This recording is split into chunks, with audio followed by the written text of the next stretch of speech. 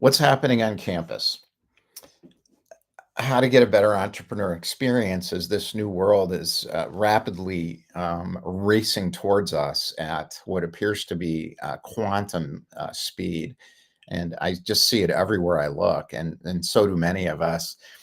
We have a friend from our community who's doing some incredible things in corporate, and it's a complete rethinking of the model of what jargon, people who like jargon call human capital management. I just talk about it as dealing with people. So, dealing with people in corporate, from her perspective, is looking at people as an asset. So, you invest in the asset, and then if you can't afford the asset, you dispose of it. That's completely backwards from what she understands from her own experience in manufacturing and efficiency on factory floors that actually works. So a flood out of corporate is inevitable when corporate sees its human capital as capital.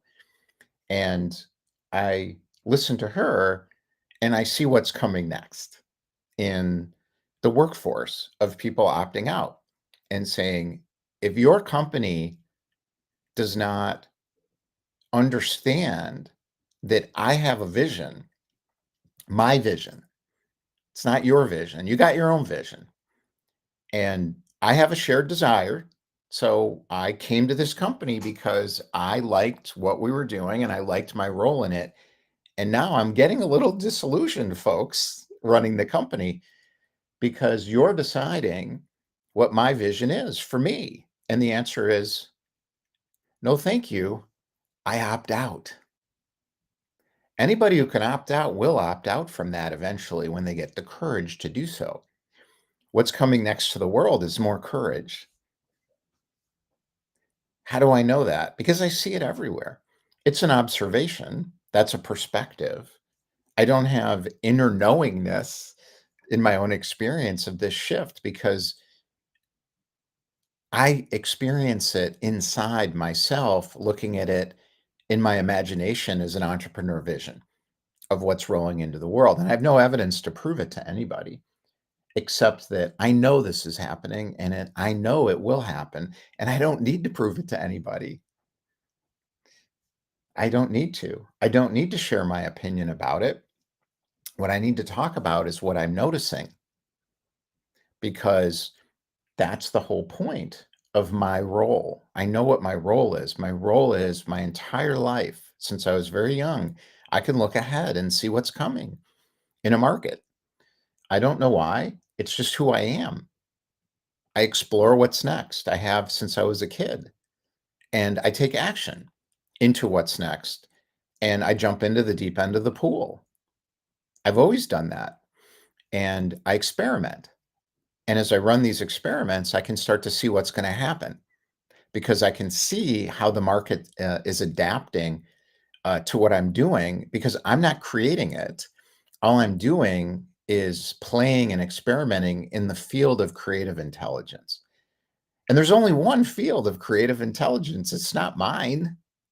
It's not my idea. It's an idea. And that idea is brought into the world through millions and millions and millions of entrepreneurs who take a piece of it and say, this is my part. This is my part. This is what I'm going to bring. Because they're filtering it like I am through my own experience and interest and uniqueness. That's what an entrepreneur is. And I didn't know that for a long time. I thought an entrepreneur was someone who was good at software development and writing code and knew how to get funding. And I don't see that I don't think that's relevant. That has nothing to do to me with being an entrepreneur. An entrepreneur to me is someone with a vision, and it must be realized, and I can see what's next in my market. That's an entrepreneur.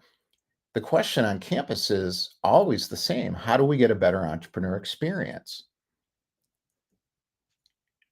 That's what our shared desire is. My vision is totally different from Brian's vision, from Gail's vision. My vision is totally different from Lana's vision. for Maria's vision. And we had a nice full room today around the Invincibility Dojo of releasing fear. And Brian took us through an exercise to open ourselves up to release fear. And I think everybody in the room felt that. How do you start the day? You start the day in fear, or do you start the day feeling invincible? If you start the day, if I start my day feeling invincible, and that comes through truth, that comes from knowing, and we all said, this is where we are. This is where I am. I didn't pump myself up. Brian didn't pump himself up. He said, this is where I am. And what is the truth of that? And the truth sets you free. As I got into the truth of where I am right now, and Gail said, I'm chasing my snowball down the hill, and that's how I feel. And I want it done now. That's how I feel.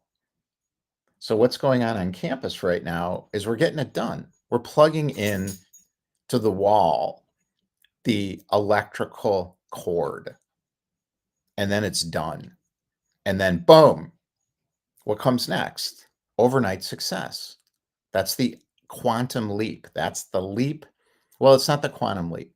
That's the tipping point. The quantum leap comes earlier. The quantum leap is no evidence to it at all. The quantum leap for me was I'm in a new state. That happened a couple of years ago.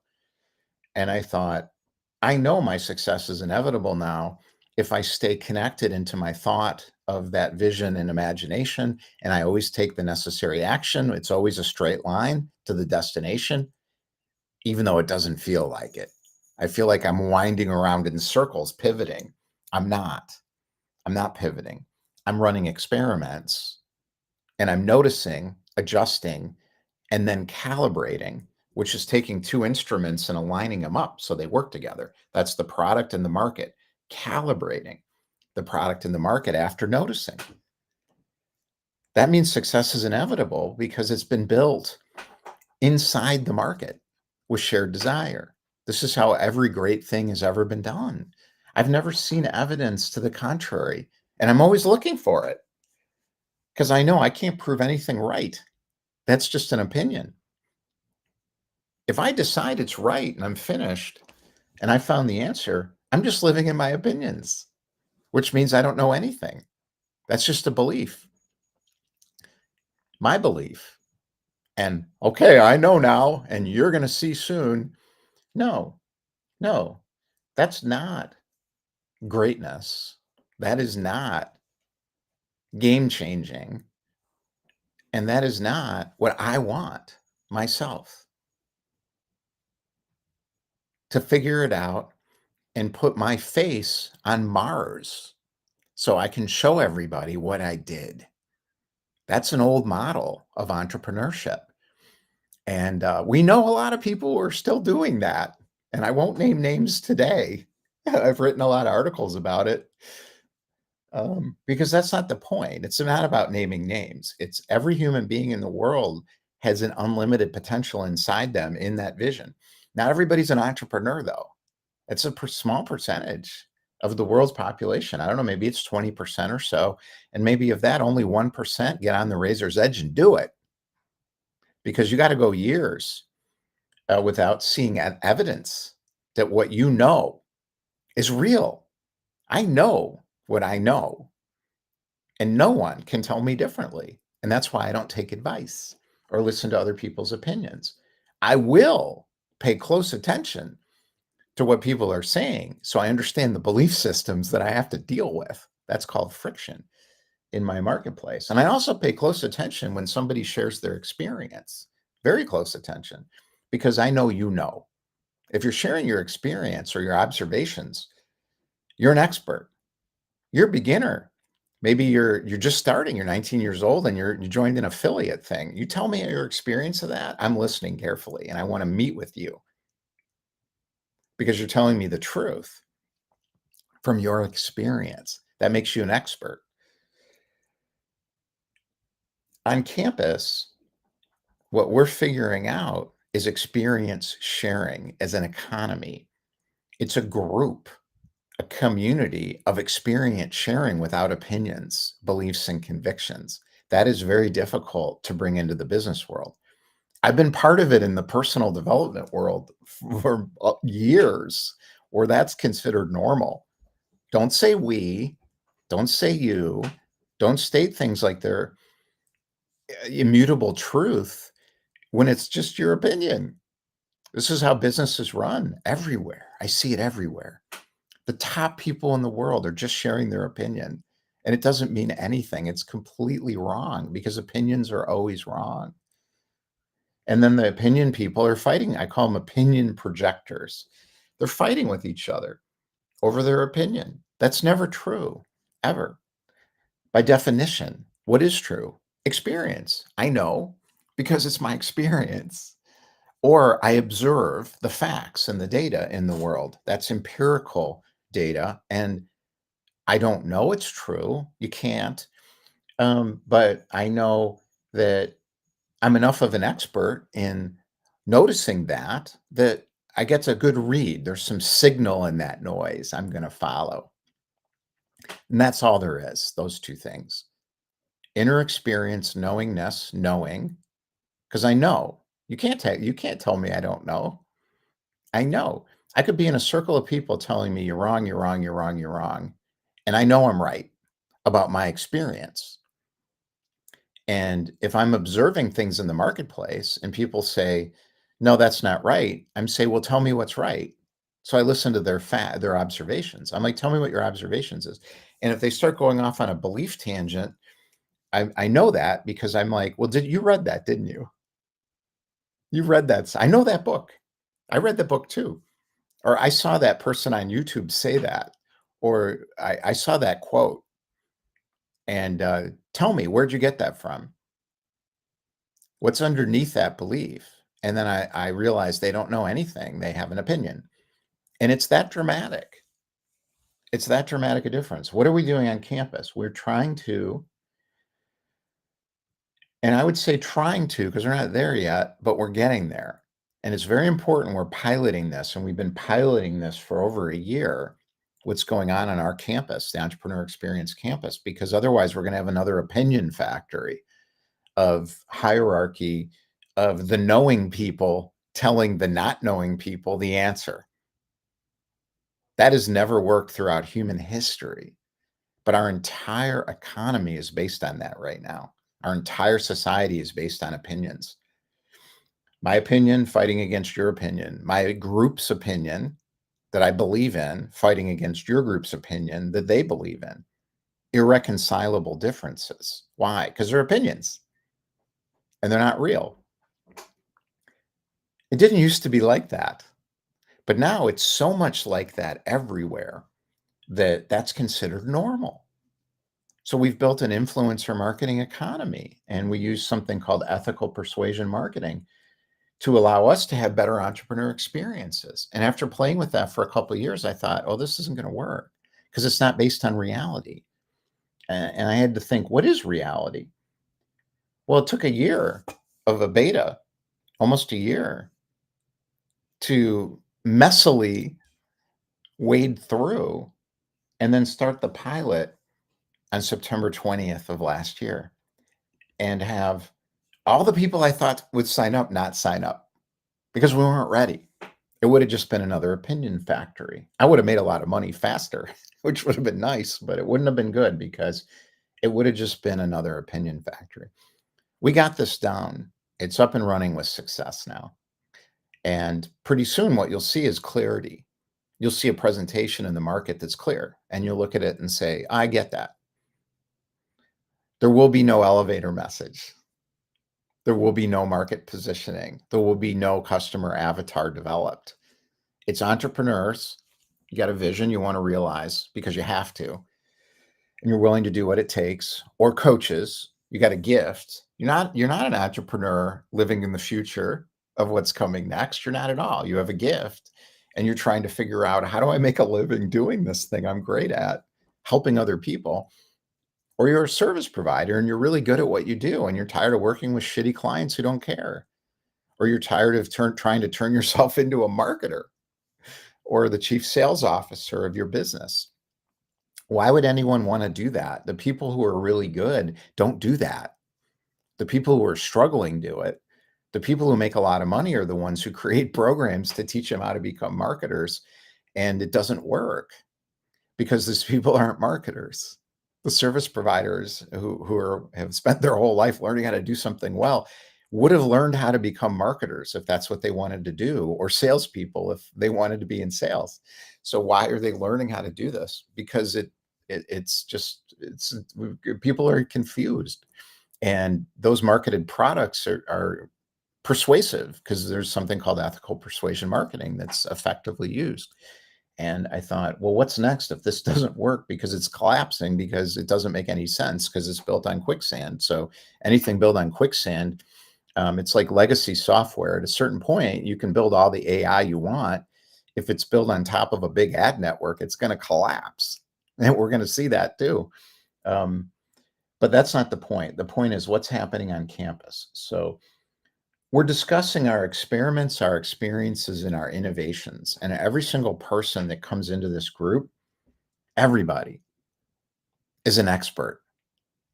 Because what are you doing? You're sharing your expertise, your experience. You could be 2 years in. You're an expert in that 2 years. You know as much as I do. I've been doing this my entire life since I was 21 years old. You are an expert as I am in your experience and observations. And if you lean into your experience and your observations as your expertise, no one can touch you. You will win.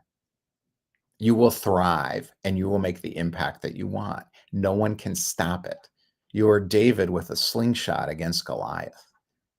You are David with a slingshot against Goliath. You are David with a slingshot against Goliath. If you focus on your expertise, experience, interests, and stay away from your opinions and the creation of a separation through an attractive marketing character of some sort between you and your marketplace. If you're trying to figure out what your avatar, your ideal client market is, your positioning, your elevator message, it's going to fail unless you're a great marketer. And I don't even think individuals can do that today. You need a whole team. It's too difficult. That's not the point. The point is what's coming next. When the Israelites, as the story goes, I don't know the story, but I've heard a lot about it. And Malcolm Gladwell talks about it in his book, David versus Goliath. So I think it's probably true, literally true, I think. David was not in charge of the group. He was not a celebrity or a social climber even. He was a shepherd. He was in the back. What was he doing for all those years? He was young. It didn't take him that long, probably. He became an expert in artillery. What was the artillery at the time? It was a slingshot. He was an expert with the slingshot. Well, what happened? The Philistines had a big infantry, Goliath. I think they had a whole fleet of Goliaths, but they had one that was bigger than the rest. And they brought that Goliath out and said to the Israelites, it's over for you people. And that was the moment where the society had to do something new because they were going to get crushed. Now, if I get this story wrong, it doesn't matter because I'm using it to make a point. This is not about the facts of this story at all. I'm making it up. It's fine. I'm just trying to make a point. What did David do? He pulled out his artillery and went boom. And he got Goliath right in the forehead. And it was over. It was over because the belief system crumbled. That's what happened. The belief system, I don't know if it happened then because I wasn't there. So I have no idea. I read this. I have no idea. So this is the point. It's just my opinion, but it's to make a point. It's a storytelling vehicle to make a point. So it doesn't matter if it happened or not. It's not relevant. But what is relevant is the belief system crumbled. And the Philistines thought they were invincible, and they weren't. And when someone is not invincible, but thinks they're invincible, and all of a sudden they realize they're not, what takes over? Fear. Look at the corporate boardrooms today. Look at the top of the technology industry. Former entrepreneurs who are no longer entrepreneurs. Look at where the wealth is concentrated in the society, the private equity companies. Look at the universities, the top brands in the world. Look at all of them. They're terrified because it's not built on a solid foundation. That's my observation. Is it true or not? I don't know. I think it is because I'm in the creative energy of what's coming into the world every day, all the time. I'm never not in it anymore. And I take action connected into that thought and creative energy, not from the point of view of fear of what I can't do. I feel inevitably successful and invincible because of what we do on our campus together as a group. I couldn't do this without our group. So I proved it over a year that this is next. And it's not just me because I see it everywhere I look. The woman I mentioned was on some TV show, Wall Street kind of thing. And she's telling CEOs of these huge corporations, you're doing it wrong. She doesn't say it like that. She has a way of saying it where she's saying, you guys are screwing this up because you have this idea of human capital, of these people are assets. They're not assets. They're the company. They're the entire company. The people are the company. You treat them like an asset on a balance sheet, your company's going to collapse because all the good people are going to leave. At a certain point, people don't believe anymore in the brand. Facebook, Google, they're like, I don't want to work in this factory. I don't want to work in a factory. She learned on the factory floor what happens in a factory. It's all about efficiency and productivity for the owner of the factory, the manufacturing facility. This is what's going on in all these companies. It's all about processing. And now it's worse because they're using AI to speed it up. It makes it even worse. And the human capital asset is expendable. Everyone knows that. What people don't know is that it doesn't have to be like that. And it won't be. When is it going to collapse? There's a tipping point moment where things collapse. And it collapses when the termites have eaten away at the foundation, and there is no foundation. And I don't see a foundation in any of this.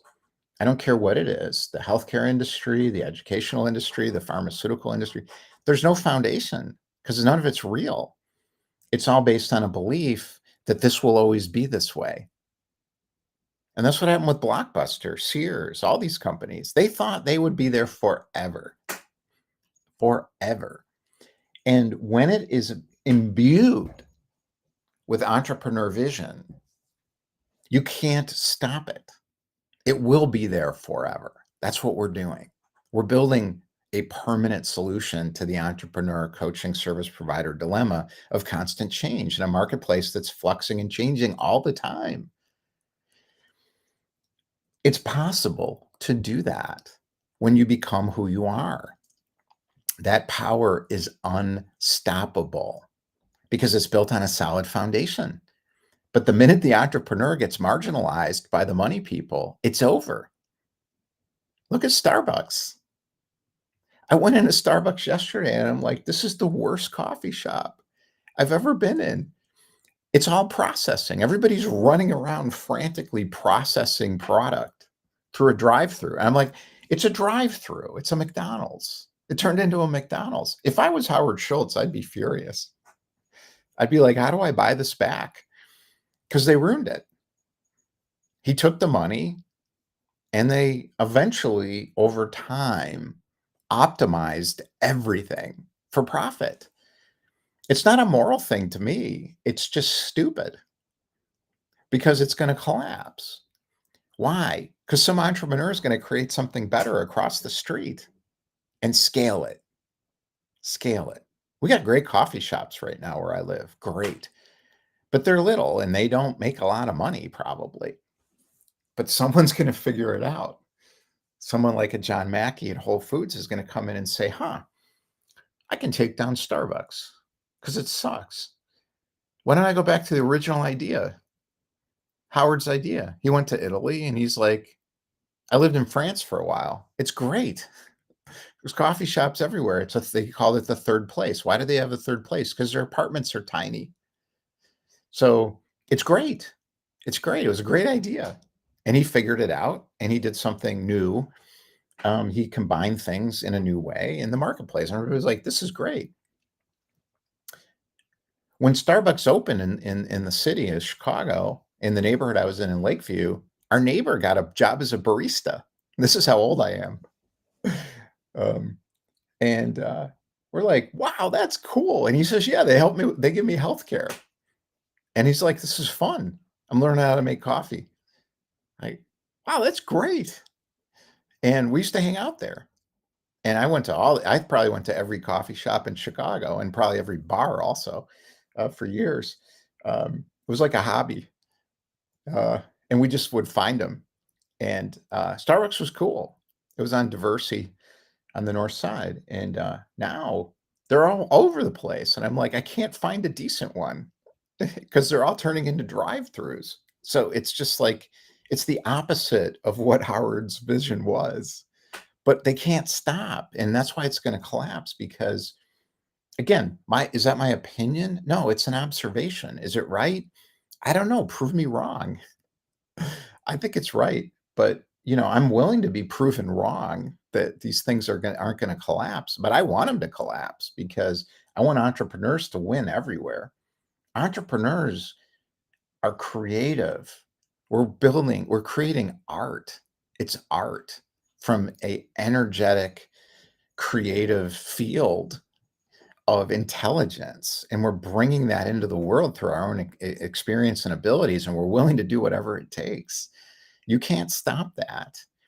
There's a lot of friction though. So imagine if the friction was less. That's what we're doing. We are lowering the friction and the barrier to overnight success for entrepreneurs and coaches and service providers who don't want to be marketers or salespeople. We're lowering the friction. You don't have to lower it a lot. You just have to do it together. The problem with doing things together is when the vision of the individuals in the group is subordinated to the vision of the founder of the group. I would never, never ask anyone to do anything the way I did. I would never ask anyone to take my vision as your own.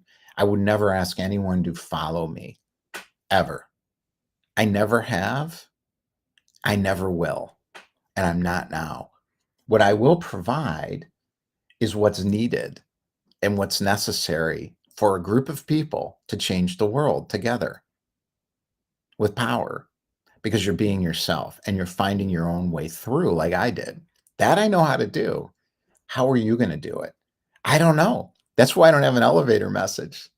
So you want to know what the experience is like on campus if you join us. I have no idea what your experience is going to be like. I just know it works. What does works mean?